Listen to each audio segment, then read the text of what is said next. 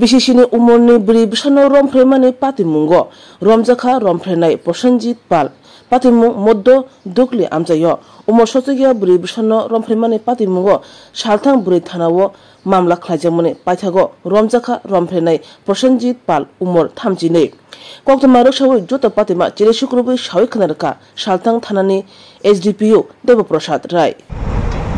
গত 19 তারিখে মহিলা থানা আগরতলা পশ্চিম মহিলা থানাতে একটি অভিযোগ হয় যে একটি নাবালিকা ধর্ষণ হয়েছে। তো ঘটনা বিস্তারিত যেভাবে অভিযোগ করা হয়েছে সেটা হচ্ছে প্রকৃত ঘটনা হচ্ছে 9 তারিখে একটি নাবালিকা মেয়ে তার প্রতিবেশীর বাড়িতে যাওয়ার পর প্রতিবেশীর বাড়িতে যাওয়ার একটি ছেলে সে প্রাপ্তবয়স্ক ছেলে একটি ও তার সাথে তাকে জোরপূর্বক ধর্ষণ করে এই ধরনের অভিযোগ। তো পরবর্তী সময় মেয়েটিকে ভয়ভীতি দেখানোর ফলে মেয়েটি সমস্ত ঘটনা চেপে যায় এবং সে তার মা বাবাকে বলে না, কিন্তু একের পর এক দিন যত অতিক্রান্ত হচ্ছে সে বিভিন্ন ধরনের শারীরিক সমস্যা বোধ করতে থাকে, ফিল করতে থাকে।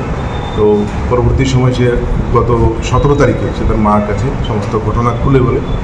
তখন তার মা তাকে নিয়ে প্রথমে হসপিটালে যায় এবং ডক্টর সঙ্গে সঙ্গে তাকে হসপিটালে ভর্তিও করে। তো পরে চিকিৎসা করার একদিন পরে সমস্ত ঘটনা আরও বেশি বিস্তারিতভাবে প্রকাশ পায় যে তার সাথে ধর্ষণের ঘটনাই সংঘটিত হয়েছে। এবং ওনারা গত 19 তারিখে আমাদের কাছে একটি লিখিত অভিযোগ করে, যে লিখিত অভিযোগের ভিত্তিতে আমরা একটি সুনির্দিষ্ট কেস নিই এবং গতকালকে এই ঘটনার যে আসামি বা দোষী বলে অভিযোগ করা হয়েছে তাকে আমরা গ্রেফতার করি এবং আজকে আমরা তাকে কোর্টে প্রেরণ করা। নাম কি এবং কোন জায়গা থেকে গ্রেফতার করুন? এটা মধ্য ডুকলি এলাকা। কি ধারা প্রয়োগ করা হয়েছে? ধর্ষণ, মূলত ধর্ষণ। এবং যেহেতু মেয়েটি মানে বয়স 7 বছর, তো তার এখানে পক্সো একটু আসবেই। অভিযুক্তের নাম কি? অভিযোগ করেছে ওর মা। না, যে যাকে গ্রেফতার করা হয়েছে, যাকে আটক করা হয়েছে তার নাম হচ্ছে প্রসেনজিৎ। বাড়িটা মধ্য ডুকলি এলাকা।